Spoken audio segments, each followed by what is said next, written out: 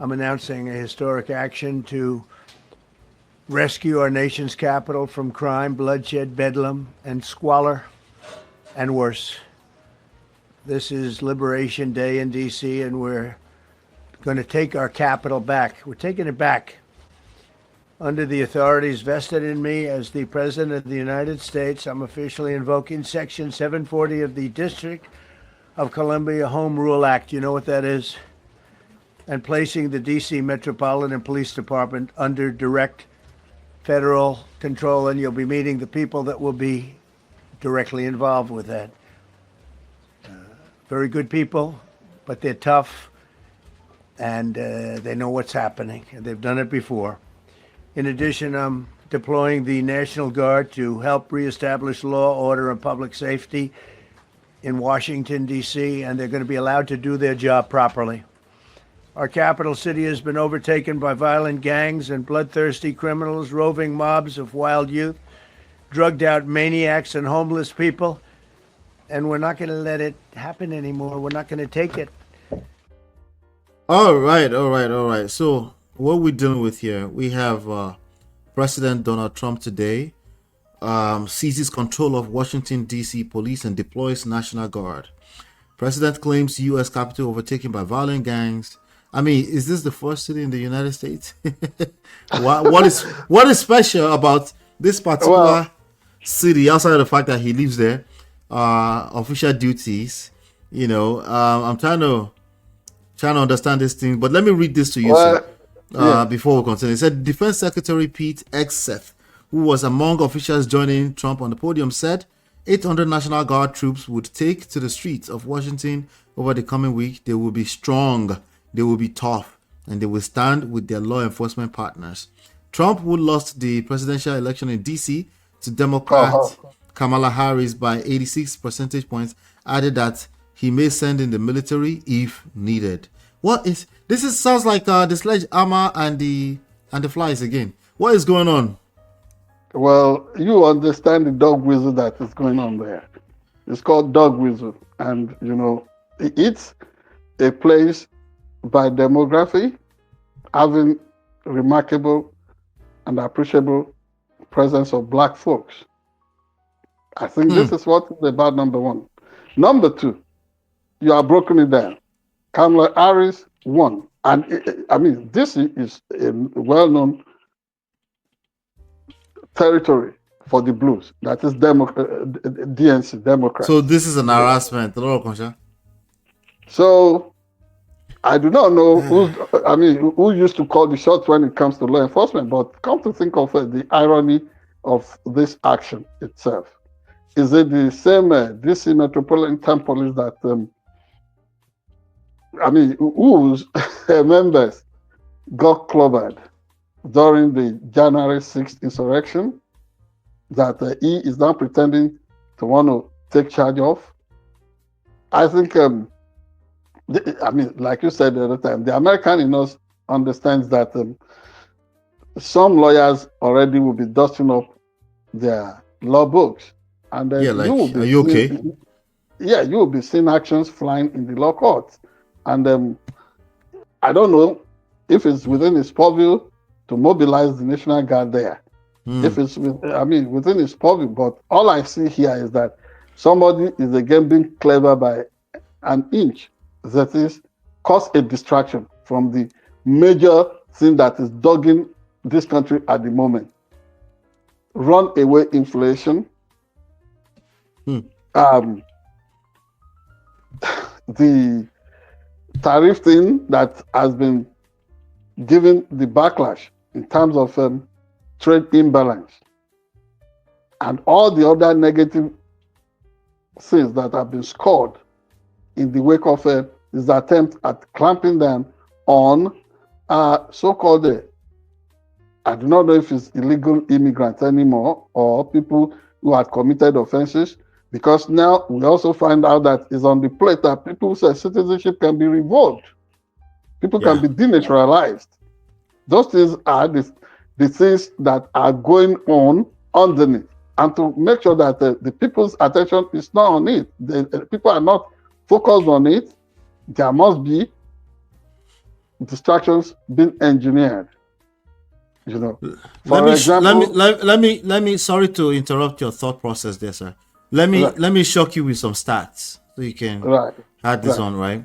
According to theguardian.com, they decided to do some fact checking. They said, but violent crime in Washington D.C. has fallen sharply since 2023, shaking off the pandemic increases to reach a 30-year low on the day Trump took office, and has fallen 26% further this year, according to weekly reports from the Metropolitan Police Department. The change in crime rates is consistent with dramatic decreases in violence in large cities across the country. The capital is much safer than it used to be. In 1991, it was branded the murder capital of the United States with the killing of 482 people. By last year, the total number of homicides had fallen to 187. This year, the rate is on course to be lower. Nonetheless, Trump ordered a range of federal law enforcement agencies to deploy onto DC streets over the weekend in a surge. About 450 officers from the United States Capitol Police, the Federal Protective Service, the Bureau of Alcohol, Tobacco, Firearms, Explosives. At the press conference on Monday morning, Trump painted a nightmarish portrait of a city, and I quote, overtaken by violent gangs and bloodthirsty criminals, roving mobs of wild youth, drugged out maniacs, and homeless people. Just wanted to add that onto it so you can know Yeah, I mean, we're still speaking to the same there's a disconnect. phenomenon, the same situation. Yeah. There is no disconnect here between you and I. The person that has that disconnect is the person who talks in hyperbolic terms. Every time this man opens his mouth, you can be sure that a lie will fly out. It's one lie, 1 second, every second, another lie. That is what we are really faced with. For example, there is this bus station around the Howard University in DC. Of course, you know, Howard University is the black equivalent of Harvard.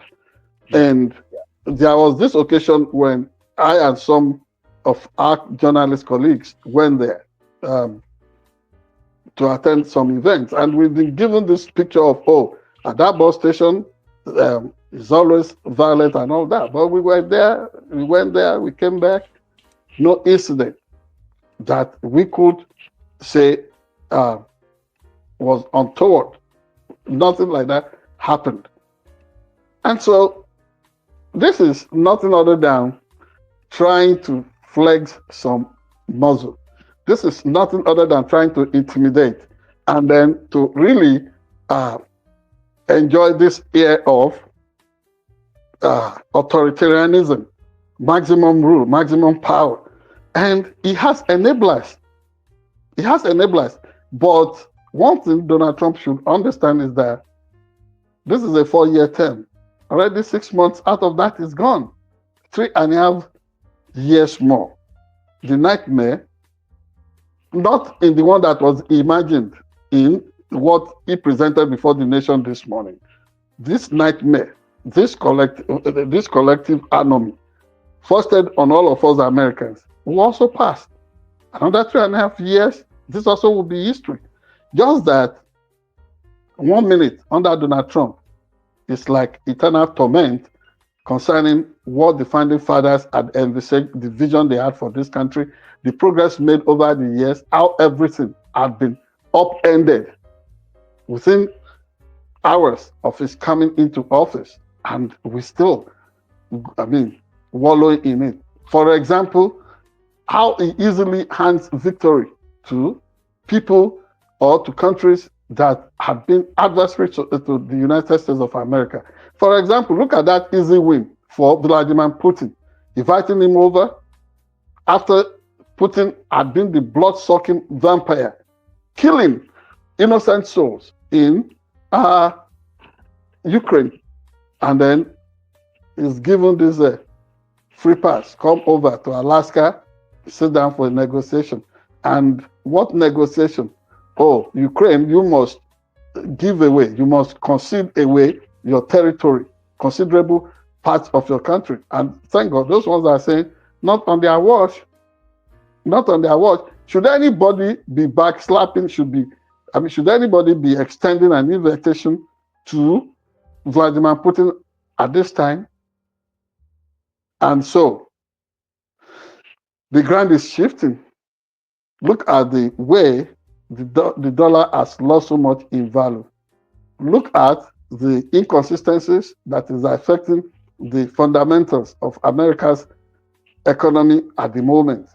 Look at everything that is sliding by. And countries like, you notice part of the distraction after he had said, oh, because today now, according to him, is Freedom Day in DC. The Freedom Day he declared the other day during the time he promised to unleash never seen before quantum of tariffs. It's not part of. I mean, probably DC was not included on the on the map that day. Today is according to him, and I'm just trying to parody him here. That oh, today is Freedom Day in a DC. Good, but while he is marketing this warped vision of victory and freedom, you see that it's not able to really clip or contain the economic ascendancy of countries like China. Russia too is benefiting by some, to some extent. And for us who are people of African descent, not in the gloomy way it's put it, I think this is an opportunity for us to make something out of this moment, make sure that we look inwards. I mean, appeal to our creative capabilities and make sure that we have appropriate response to all this. See, what I think may happen, if you look in history, during the years of, what's it called? During those years, John F. Kennedy was making sure that civil rights were given to the oppressed and the subaltern people of the United States of America. One thing that was really rampant on the streets of Washington, D.C. was the way folks used to assault diplomats that were of color. People who were African diplomats then were always assaulted, and because of the discriminatory tendencies of that age, Jim Crowism, Now, I suspect that we may be back in that era, just that the circle, inadvertently, people will be violated. Diplomats, ambassadors, what have you, that are of colored race, black people, brown people, all kinds of people. But at the end of the day, the excuse will be given that, oh, we never knew that these are diplomats. We never knew these are international figures. We never knew these are tourists coming to the United States of America. But watch out. This is the gloomy picture that I see, and God save all of us. Going forward, the resistance must begin to coalesce. The resistance must begin to build up. You don't wait until the deed is done, that the damage is already irreparable or irreversible before you take action. Like Obama would always say, people do not need to boo this man. They should just mobilize to vote him out. All right. Thank you so much. Thank you so much. We're 57 minutes into the show. We have another trendy story that we want to run through. Hit the like button, share, subscribe, turn up your notifications so you're notified whenever we go live. And we will be right back.